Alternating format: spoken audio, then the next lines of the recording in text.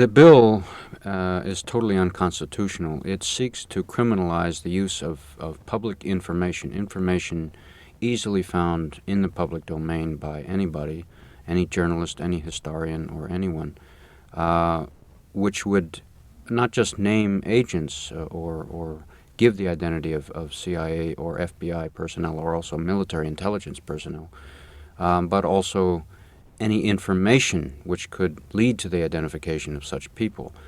Now, what does this come down to mean in everyday language? Basically, it would stifle almost all reporting of any substance on the activities of U.S. intelligence around the world. It's very difficult, as I'm sure you understand, to talk about intelligence activities without using some information, some details, some real data.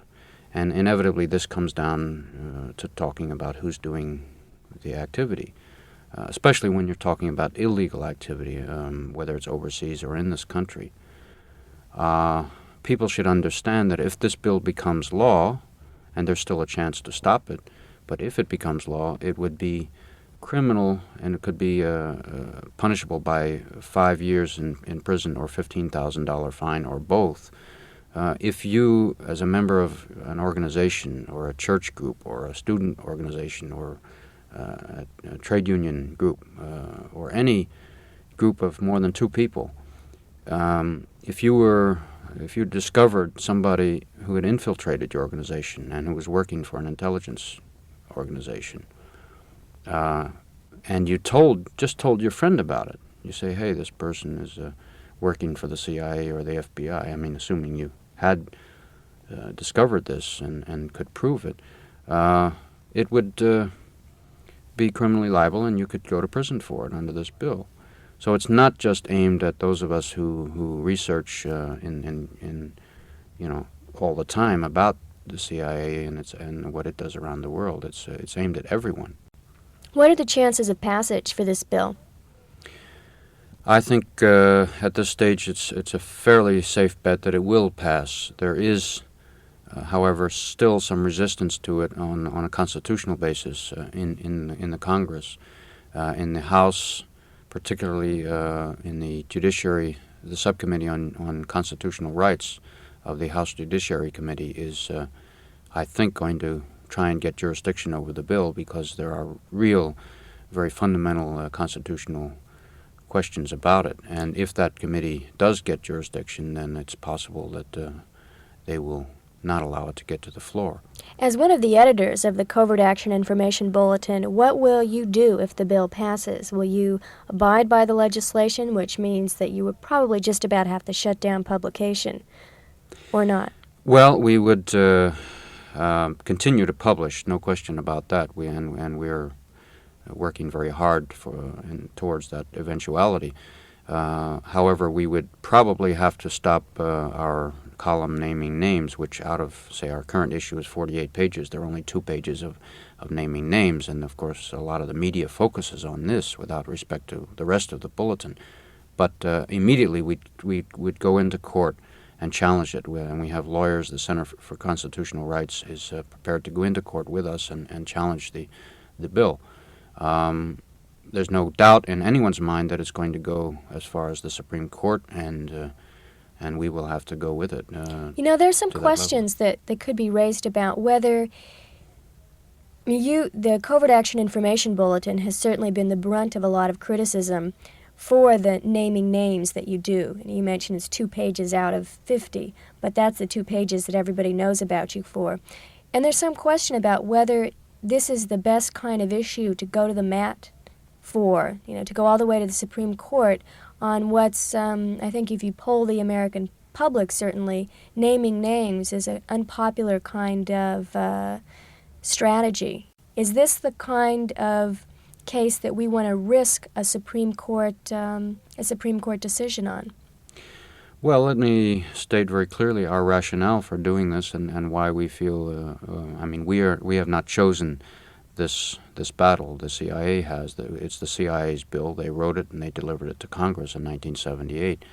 Our rationale is very, very clear.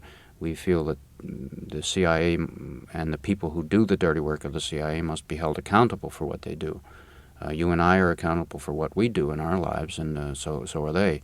They are not above the law. There's no reason in the world that they can go around interfering in the affairs of other countries, oftentimes overthrowing governments, or engaging in assassination, or in training of torture, or in other very dangerous to American security and American interests, the American people, this kind of activity, and they must be held accountable for what they do. Furthermore, there's no doubt also that this does not, despite what the CIA would have people believe, does not place their people in danger. We and other publications, including many of the straight media, New York Times, Washington Post, LA Times, and others have named names of CIA people. As I said, it's inevitable. If you're writing about intelligence, you have to. And out of several thousand names that have been named, not a single one of them, of those people, has been injured or killed because of it. So that is not the question. And finally, I think it's because we're convinced that, and there's so much evidence to show it, that the work that they do cannot be viewed separate from the people that are doing it. Why then the fear if you say that thousands of agents have been named and no harm or danger has come? Why then the fear over naming names? Well, I think partly because the CIA likes people to think that its secrecy is impenetrable, that the wall of secrecy is something sacred to which they are entitled. I'm not prepared to say that U.S. intelligence or any other intelligence organization isn't by nature going to be secretive. We know that. That's a given fact. But it continually amazes all of us in this work how easy it is to research the CIA and other intelligence organizations from the outside.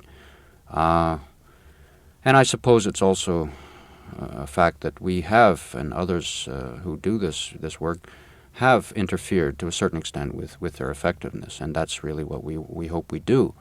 If we are able to prevent, in one case in one country, a person being recruited by the CIA to work against their own interests and their own government, in effect to be traitors to their own people, I think we have a reason to continue. How do you think that the new Reagan administration emphasis on international terrorism is going to affect covert surveillance here at home? There's every suggestion in the current trend of talking about terrorism as a byword for the present administration's both foreign and domestic policies as regards any issues which deal with other countries. It's very obvious that they hope to convince the people that terrorism is a real threat to everyone. I'm not suggesting that there isn't terrorism in the world, but I think a very large proportion of the blame for what terrorist activity takes place should be put at the doorstep of the U.S. government. The U.S. government has set up a large number, as you know, of intelligence organizations throughout the Third World, and it's many times you find, if you look deeply enough, that it's these groups and these bodies that are funded and equipped, and even in some cases given CIA personnel who are engaged in terrorism themselves. But what about the domestic impact? What do you think? I mean, because what is being talked about now is not the U.S. help for international police agencies and so forth, but the fact that there is a new bout of international terrorism that has to be combated, and what might happen at home because of this new Reagan administration focus. Well, there was one indication of this effort to create terrorism as a umbrella under which they could do a lot of things. They floated the new proposed executive order on domestic intelligence operations, and it's very clear that they would like to legalize a lot of the activities that took place in the 60s by the FBI and the CIA, when thousands of American citizens, and it extended it well into the 70s as well, were targeted by these agencies at home on U.S. soil. They were sent poison pen letters, they received death threats, and a lot of people lost their jobs as a result of these activities. What is this new executive order? It's it was floated by the administration. It was passed to a number of media organizations on March 10th. Basically, it discusses or would set in law, and the executive order only needs to be signed by the president. It doesn't have to go before Congress at all. It would make into law the such things as what they call undisclosed participation in domestic organizations. Well, in plain English, this means infiltration of lawful groups in the country, and in another context, it means the same kind of activities that the U.S. Intelligence agencies do overseas. They just want to bring it home and do it to Americans. Are you talking about about 2 months ago, the Deputy CIA Director, Bobby Inman, said that the administration had launched an intensive study of the legal and other barriers that bar CIA domestic spying, and they were going to be taking a look at expanding the authority for the CIA to use break-ins, the Right. covert infiltration, which you mentioned, mail openings, electronic surveillance. Is this kind of change in the permissible boundaries for CIA activity something that President Reagan can accomplish by simply signing his name to an executive order, or will legislation be needed? No, all he has to do is to sign this order. Unfortunately, a lot of the media, when this thing was floated, it was like a trial balloon, and they wanted to see how far they could get with it. A lot of the media came out against it, and I'm happy they did, of course, but only because it was talking about the CIA doing domestic activity of this kind. They pointed out that, as is the fact, that the act that created the CIA in 1947 made such activity domestically out of bounds for the CIA. Nevertheless, the CIA for 30 years never refrained from conducting domestic operations. But our quarrel with it is that they were only too happy to let the FBI, they all said in these editorials, almost to every case, that this is the work of the FBI. Well, needless to say, I think we must be vigilant both against the FBI and the CIA, and there are at least 18 different government agencies that engage in intelligence operations, so it's not only these two. There are a number of others as well, and we must be very much aware that the expansion of U.S. intelligence, whether at home or overseas, must be stopped. President Reagan recently pardoned Mark Felt and Edward Miller. They were former top FBI officials that had authorized illegal break-ins into the homes of friends and family of suspected members of the Weather Underground. I mean, that was an individual case, but the question that arises is what kind of precedent or mood is going to be established now for intelligence officers who think that they too may be able to do things, get away with things they couldn't have done earlier. Have you seen any evidence of the fact that there is a change in mood among intelligence officers? Oh, absolutely. This was a clear signal from the White House to the agencies that a green light to pick up where Felt and Miller left off when they were charged with criminal activity at the time. And as I stated earlier, their response when they first learned of being pardoned was, this proves that what we did was right. The CIA is best known for its covert actions overseas, particularly in Latin America, and most particularly the overthrow of the Chilean government of Salvador Allende in '73. As the Reagan administration is now drawing closer to Argentina, it looks like arms will once again be sold to Argentina, establishing again some kind of military aid relationship with Guatemala, sending military advisors and arms to El Salvador. That's what's happening on the public official level. Do you have any information about what kind of activity is happening at the covert CIA level? Yes, in the case of El Salvador, as you know, there is an expansion of military aid, but a lot of the aid that we're reading about is inclusive in that aid is intelligence aid, both in terms of personnel and equipment.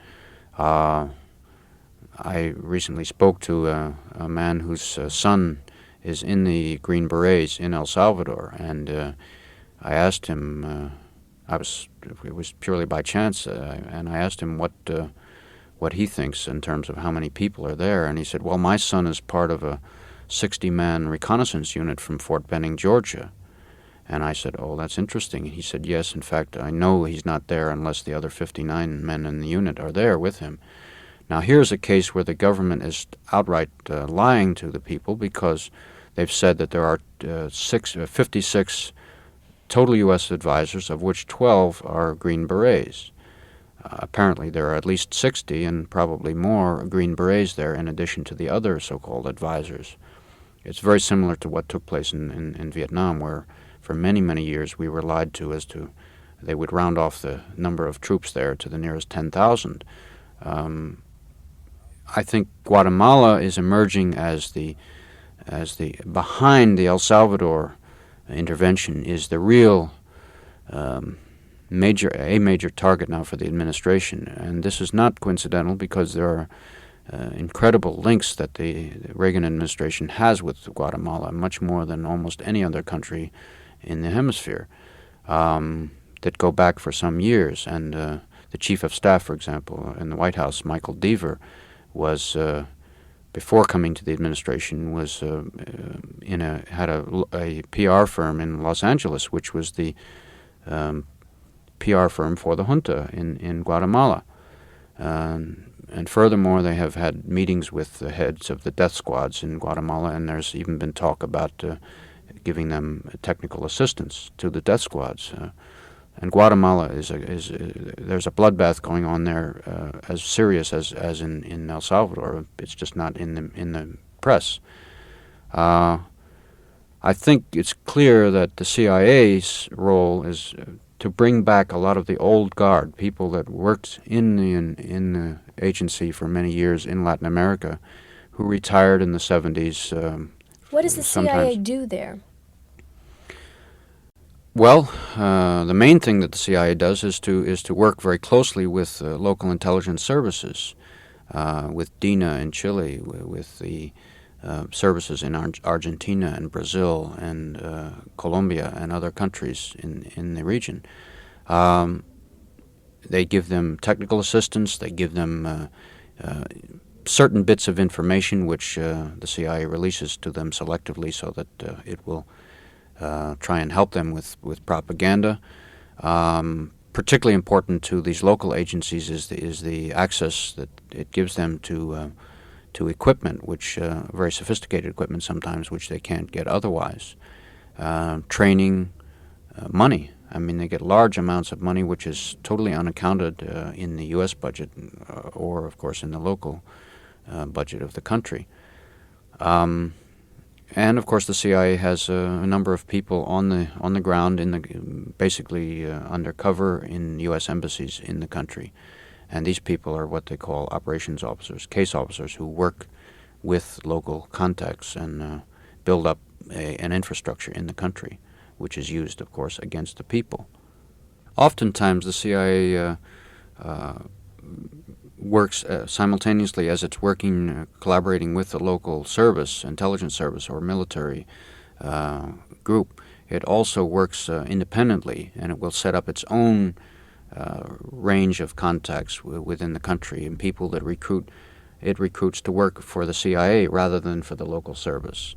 And this is done independently and usually not without the knowledge of the local government or or service. Former CIA Director William Colby has been quoted as saying that he doesn't think it's the Soviet Union that constitutes the greatest threat to the U.S.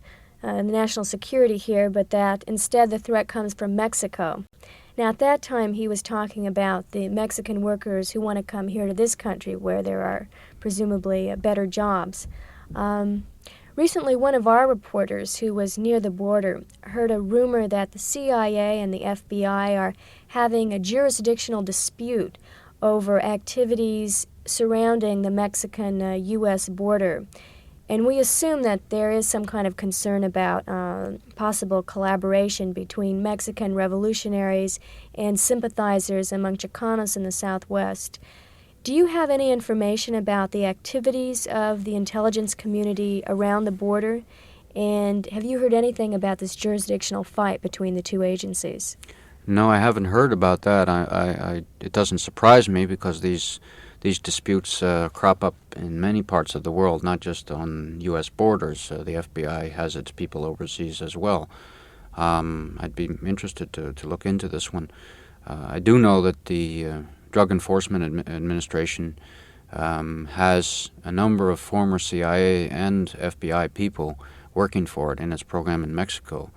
And apparently the program includes the provision of what is now illegal, that is police aid to the Mexican police in this case, allegedly for suppression of growing of certain crops.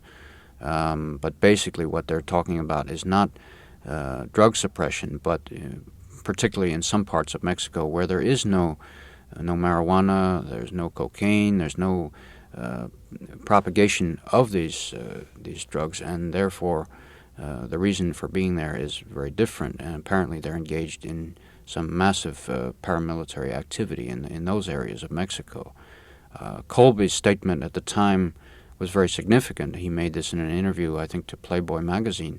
And when you think about the U.S.'s relationship with Mexico, it is emerging very clearly that it's largely founded on U.S. interest in Mexican oil. Similarly, in Guatemala, there's talk now about Guatemala having as much as a potential of 10% of U.S. oil needs, import needs. And that alone would constitute a major rationale for U.S. intelligence to intervene in either in Mexico or in Guatemala. A final question has to do again with your work in publishing the Covert Action Information Bulletin and in speaking out about the activities of the intelligence agencies. Have you had to be more careful? Have you been watching your steps more, both in the actual work that you're doing and in looking over your shoulders to see if there's somebody following you? Well, I believe very strongly that if I was always constantly looking over my shoulder to see who's following me, I would trip and fall and possibly hurt myself or worse. It's very important in this kind of work to struggle against becoming paranoid, and we try as best we can not to. We are realistic. We know that, and there's ample evidence that we have that the CIA and other agencies monitor our mail, listen to our telephones, and occasionally keep us under physical surveillance. But since we do not engage in illegal activity of any kind, we know that, and since many people know what we do, it's everything we do is in our magazine, and we are not afraid to say it. So the U.S. intelligence agencies, if they want to stop us, they'll have to, and it appears that's the way they're going, is to use, to try and criminalize what we do, so that then they can say, they can put us up on a block and say, now they're engaged in illegal activity if we continue to publish. Some critics have also said that trips that editors of the Covert Action Information Bulletin have made to Cuba and Mozambique have been, in a sense, provocative. Is there any discussion or thought about trying to clean up your image in certain ways? Well, we're not engaged in any secret or covert activity in these trips that we've made around not only in Mozambique and Cuba and Grenada, Jamaica, and throughout the Caribbean. We have had a continuing interest in CIA operations against these countries and as against all countries.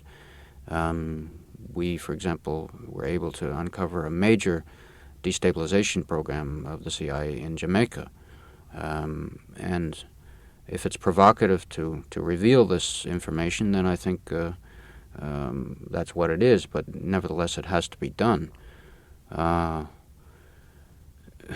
It's the CIA that must be held accountable for what it does. We are not accountable unless we put out false information. Then, of course, I think we would be accountable, but we're very careful with our research and documentation. And I think in this kind of work you must be. You can't be playing guessing games. It must be accurate. And there's more than enough to write about that you can be accurate about without expanding or fabricating anything. There's no need to do that, and we don't wish to. Anything else you'd like to add?